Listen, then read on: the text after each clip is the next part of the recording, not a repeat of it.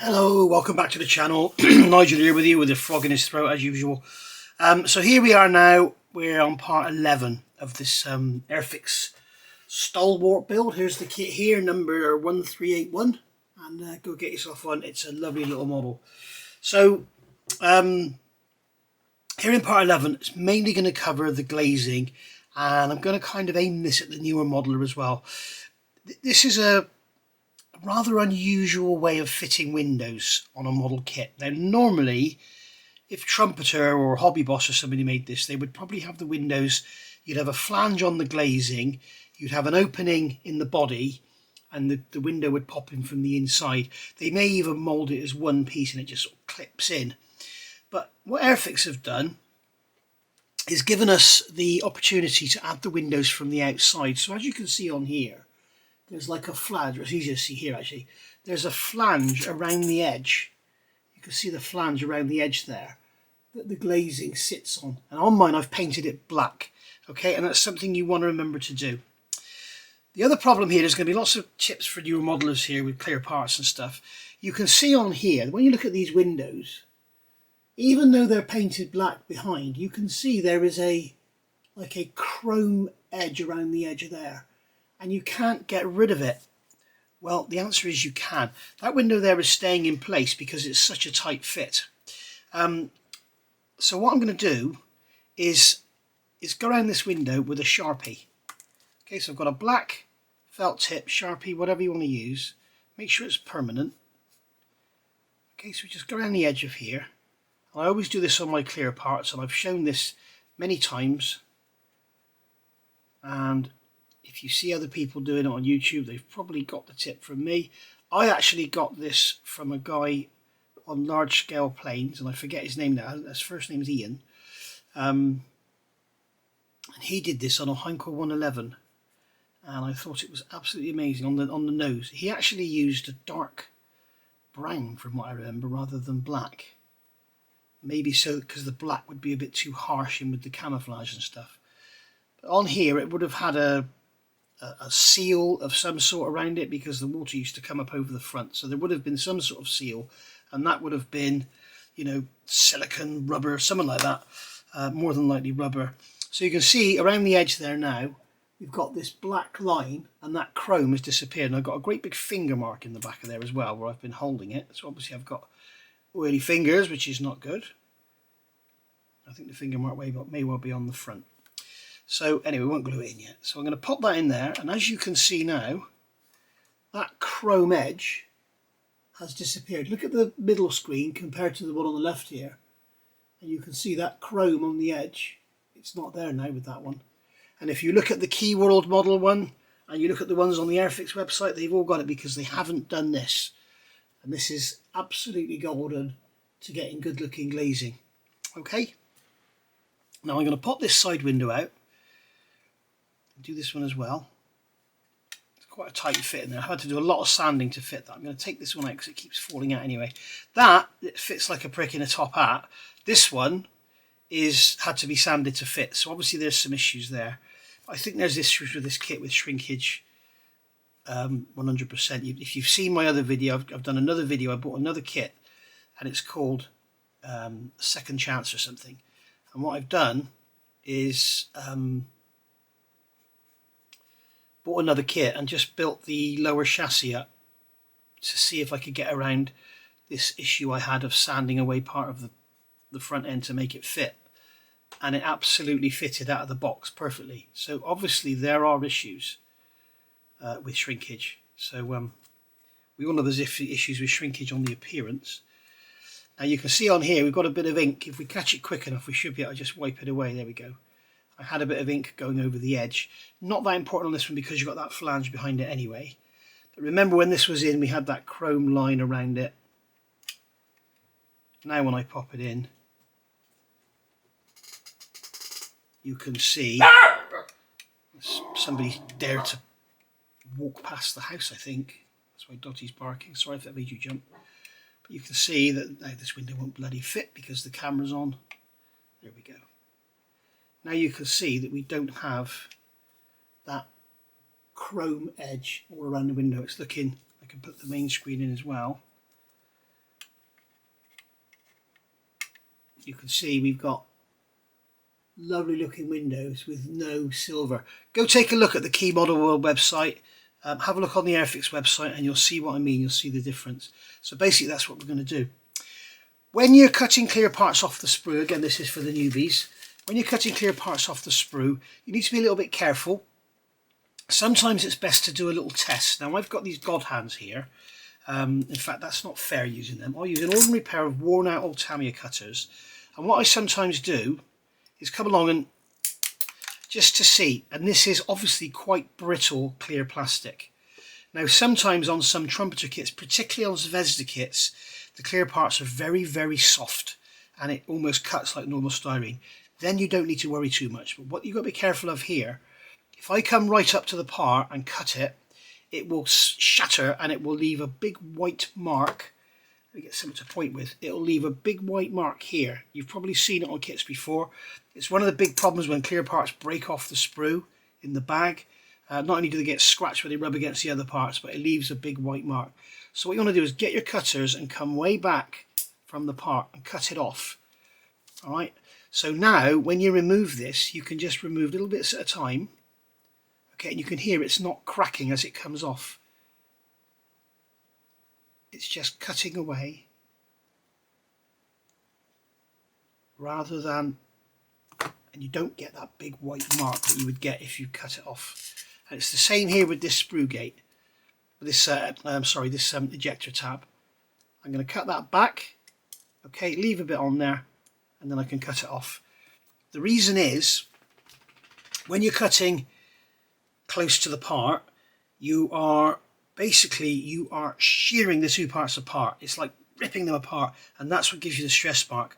When you actually cut the little piece off afterwards, you're just cutting it away. So instead of, how can I describe this? Instead of having two bricks that have got, you know, a load of weight on them and you're trying to force them apart, it's like having one brick with no weight, you're just pushing it that way. That's not a very good way to describe it, but I think you know what I mean. So now what we're going to do is go around the edge of this part and just gently sand until we get rid of that sprue gate. Okay, so there we are, that's that sprue gate gone.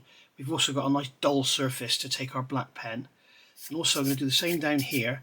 Now you will see that these parts are angled because they fit in an angle. They have like a draft on them so that they fit in nicely. Okay, so I'm just going to go around here and just dull the surface. And we're going to see how this fits. Now the other side, as I say, was as tight as anything. So we have to make sure that when we put this in, because of the angles on the plastic, it's going to kind of go up and under and press in at the bottom. Okay, so we're going to put this in position, going to slide it up in and then push it into the bottom. And this one fits absolutely fine. In fact, this one's got a bit of play in it. That one was extremely tight. So very strange. So what I'll do, you can see on there, look, we've got the black painted inside, and you can see we've got that horrible chrome line all the way around it. It looks awful. We'll take it out, take the middle one out. It's obviously enough to hold it in place, but it's not very tight at all. And then I'm going to come along with my black Sharpie, and I'm going to go around the edge, just like so, and get rid of that horrible chrome line. You will have seen me do this many, many times, and it always works. Particularly good on aircraft with a lot of glazing up front, like a Blenheim or a Heinkel 111. You know, it's really worth doing. And obviously, if you've got like a Lancaster with all the windows down the side, it works really well on there. So again, we're going to slide this into position and just pop it in. Right, so that's going great. So I need to get rid of any finger marks on it on the back. Okay, the windows would never have been spotlessly clean anyway, except for the day it came out of the factory, and probably then it had hand marks all over it from where they were fitted. So there we go, that's that in there. Now, gluing the windows in. This is always a problem when you have windows like this. The problem is, and I hope the Airfix designers are listening, and if they aren't, please somebody at Airfix tell them. they haven't thought about how we're going to glue these windows in. The problem with putting this flange around the edge is if we use any liquid glues of any sort, it's going to capillary up under the edge and you're going to see it. Alright, so we can't go using liquid cements. We're going to have to use something thicker than that that will just penetrate the surface. So what I'm going to do is fit the windows in place first, and then I'm going to use micro crystal clear. And the reason I'm using this is it's slightly thicker. Well, it's not slightly thicker, it's a lot thicker than Tamiya Extra Thin and stuff, so it won't sort of capillary in too much. The other thing you've got to be careful of, we've got these heater vents in here as well. So what I'm going to do is just pop some in like that, and it'll go under the edge. Okay, so you can see that I'm just literally popping it in there. Same as I did with that Pocker Lamborghini, but on that one I've thinned it. On this one I don't want to thin it because I don't want it to capillary up under that edge.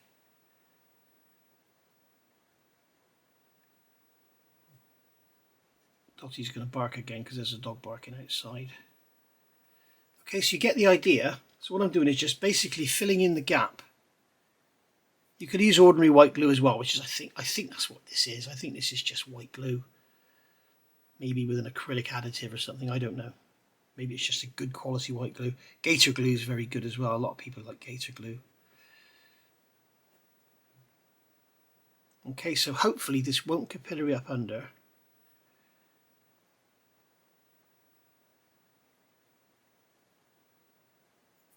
Alright. And then we just go all the way around the window, on all three windows, and just leave it to dry. Alright. Back in a bit. Okay, so as you can see, I've gone all the way around and I've left it for about 3 minutes, 4 minutes maybe.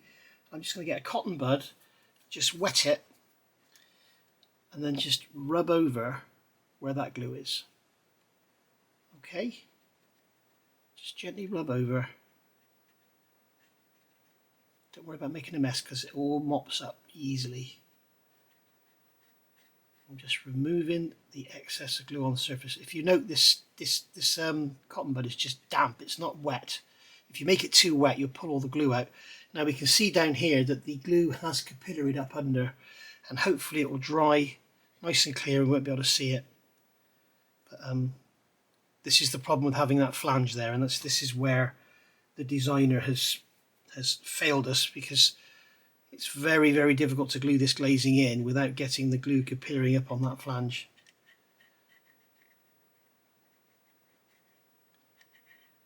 Okay, so just go around like this.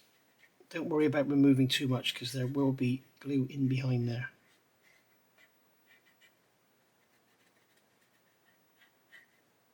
Alright, so that is now glued in there, and that will stay. Now you can see that I've probably pulled most of the white glue out of this area around here. So I'm just going to move the window, close that gap up a bit, get it more even, because this windscreen is, like I say, it fits like a thing in a top hat. Okay, so there we are. I know it looks a bit of a mess right now because it's got glue marks all over it, but believe me, it will clean up lovely. I'm going to get the others done. These should be better with the capillary because these are a nice snug fit. As I say, that is extremely loose. And I really wish they'd given us a windscreen without the windscreen wiper on and given us a separate plastic windscreen wiper, which would have been easy. But hey ho. Right, back in a minute. Okay, so that's all our windows in place now, and I've just basically done the same with these. Sanded round, gone round with the magic marker, put them in, crystal clear over the front, or just use white glue. Leave it for 5-10 minutes, go over the cotton bud, and that's that. If your kit's the same as mine, be very careful when you do this one. I was rubbing around it and it actually fell in at the top corner. So do the bottom corner first, just put your finger over it, and then you can rub the top without it falling in. Obviously there's a tiny little edge or something there and it just isn't enough to hold it. But this one here was a very, very tight fit. That needed sanding to fit. That one was loose. These fit beautifully. So there we go. Right, so the final part of the get it, because you can see we've got a little bit, you can see there's a little bit of a shiny edge.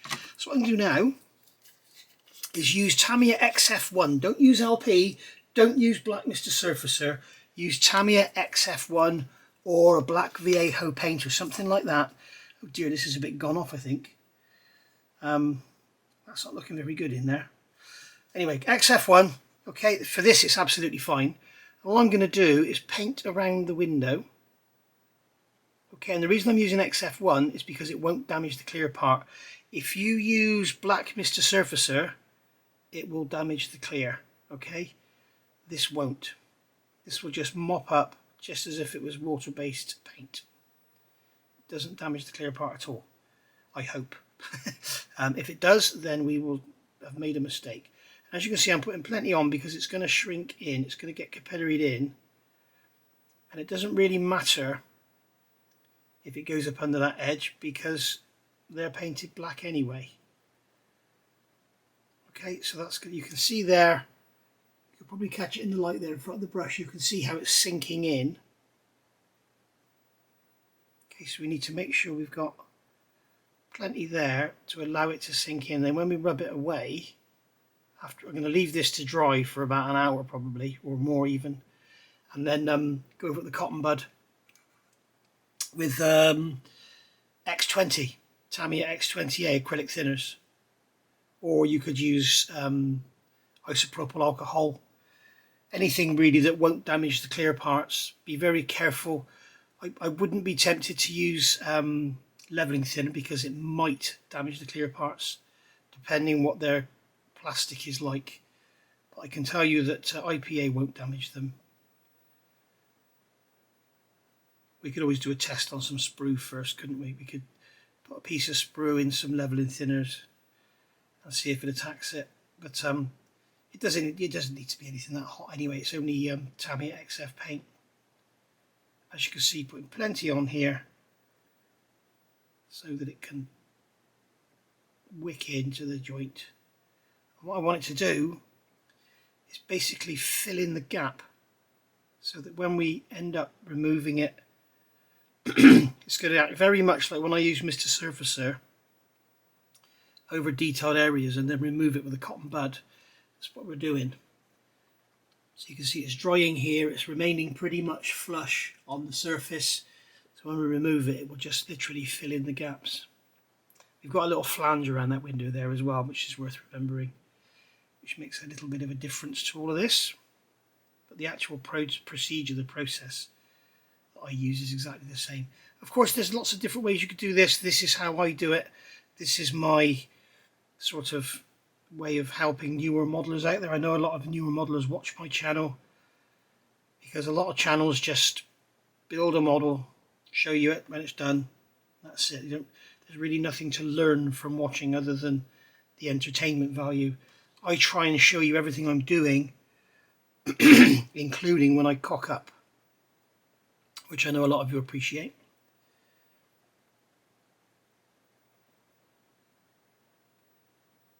You often don't see me cock up like when I push that window through, because obviously I said, oh, I wish I hadn't done that. That was a silly thing to do, wasn't it? Oh, look, there's white glue all over the inside of the window now. So how am I going to remove that, I wonder? I don't know. That is not what I said.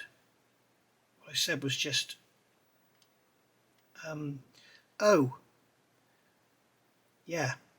And then the last word was hell. So there we go. Right, I'm just going to put a little bit down the edge of there where that mirror is going to go, just to get rid of any of the chrome effect. Okay, I don't think you can do this instead of the black pen, because once you've got the glue in there, that edge is sealed in and you'll always see the chrome around there. This will actually eradicate anything. You can see there we've got what looks like a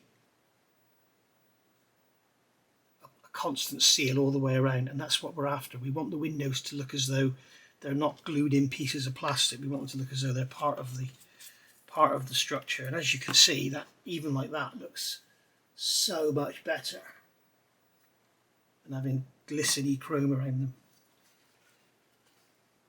And I wonder if Keyworld are watching this, if they do that on the next model, if they will credit Nigel's modelling bench. I bet they don't. It was funny actually, because if you've watched Moss's build, he did this painting around the windows and then going around with the black pen. And he actually sent me an email after he put the video out apologising for forgetting to credit me for it. He credited me for something else in that video, but forgot to credit me for that. And he actually felt guilty and apologised. So shows you what kind of a guy he is, doesn't it? Anyway, I'm going to put some more on there because it's shrunk in. It's already shrunk in. So I'm going to put some more around there. In fact, I'll let it dry and then I'll put some more around. And we can see the areas where it's gone in. And what we're trying to do is gap fill because there's quite a gap around that one. There's quite a gap around that one. This one's a lovely fit. These are quite nice. But this one here, the main front windscreen is a very loose fit and it's got a big gap around it and I don't want it to, it's just going to look all out of scale with everything else. So I want to fill it in and then when we mask, we'll just paint up to the window. See you in a bit. And we're back. So as you can see, there's the effect. The windows have no chrome edge. They actually look like they're part of the model rather than stuck in bits of plastic. Now I had some problems with the windscreen. I had the issue with the paint capillering under, so I popped the windscreen back out and I've re-glued it in and I've gone round with the black paint as you can see there. Okay, so I've done all the others, but I can show you on this one. So I've got ordinary isopropyl alcohol here. And I'm using IPA because I know it won't affect the plastic. What I might do afterwards is go over with some Tamiya thinners just to clean up any smears or anything. But basically what I can do here is just go over where the black paint is and just remove the excess. Just like so. So I put the glue in, let the glue dry, and then put the black in. This windscreen's been quite problematic because it's got a huge gap. Well, it's not huge, but there's a gap all the way around it. So it's been extremely difficult to stop anything from wicking inside, whereas the others have been fine. But it's these. It's all to do with the design. If they put those vents stepped back, so that they had the frame around the window and had the vents just stepped back, it would have made life a lot better. I did actually cut mine back a bit to stop that happening, but it still happens. So unfortunately it is what it is. I have seen some people saying they're going to remove those vents from their model, so I guess that's what some of you will be doing. But anyway, we'll get some more IPA on here. As you can see, it's quite messy, but it's an easy clean up.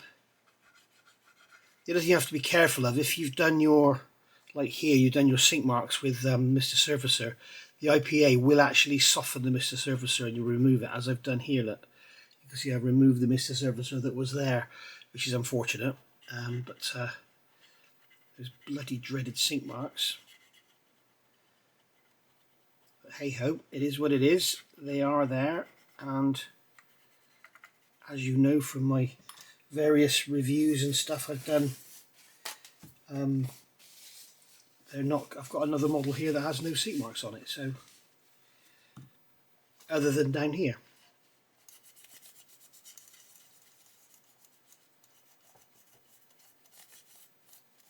Right, so that's the majority of that gone. So what we can do now is grab another cotton bud. Yes, this is cotton bud hungry, I'm afraid. And just go over and get into all the little nooks and crannies around those wiper blades.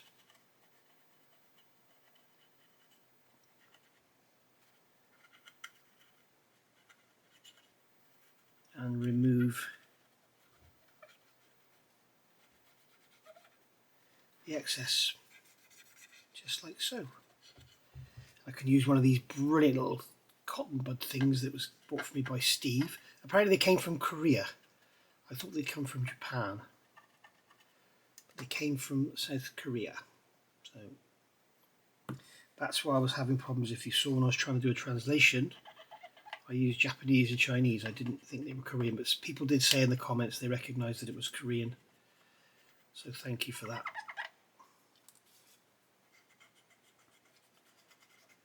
And there we go. You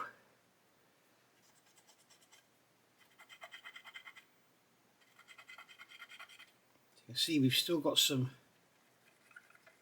deposits of glue or whatever on the windscreen. It's okay, just rub away and they'll be gone in no time.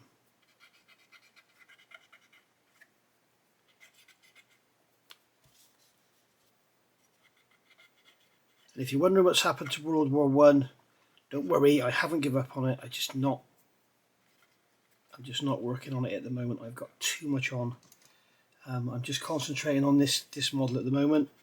Once this one's done, I'm going to get back on the Defiant to get that one out the door. So what I'm going to do now is grab some Tamiya thinners. This is not lacquer thinners, this is X20A. We'll see how we go with this. And this should do a much better job of cleanup.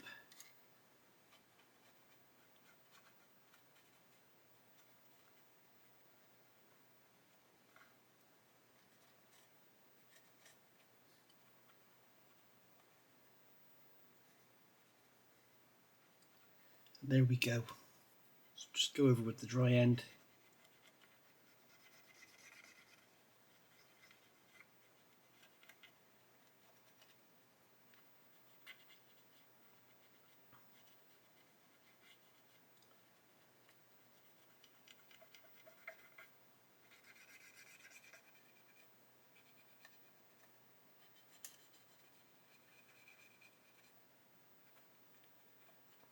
There we are. And by the way, you might remember, I think it was about a week, 10 days ago, that I actually sent Airfix an email about the damaged parts in my other kit. And I had the sort of, the general thank you for contacting us. I've had nothing since, so I don't know what's going on there. It could be that they've had to do a massive investigation or something, because I know there have been a lot of issues with this model. When I say a lot of issues, I don't mean a lot of issues as in many issues. What I mean is many models with the same issue. So I don't know what's going on. So I think they've been a bit let down with it, to be honest.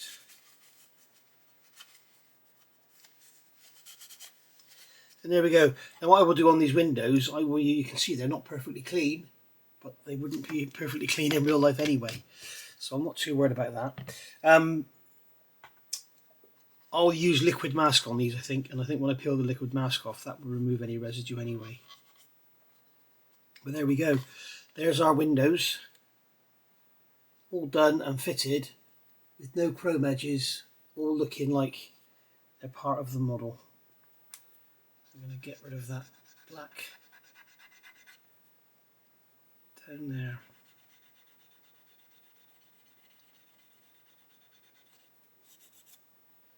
There we go. Okay, so now you know how you can go and give it a go, and it applies not to this, it's any model. And if you've got windows that go in from behind, exactly the same applies. Black round the edge first, don't worry about getting over the glazing, glue them in, let it all dry, make sure they're glued in nice and solid, and then you can go in afterwards with the black paint it round and then remove the excess. And it's just sort of, you're kind of making a seal, if you like. You're making a seal around your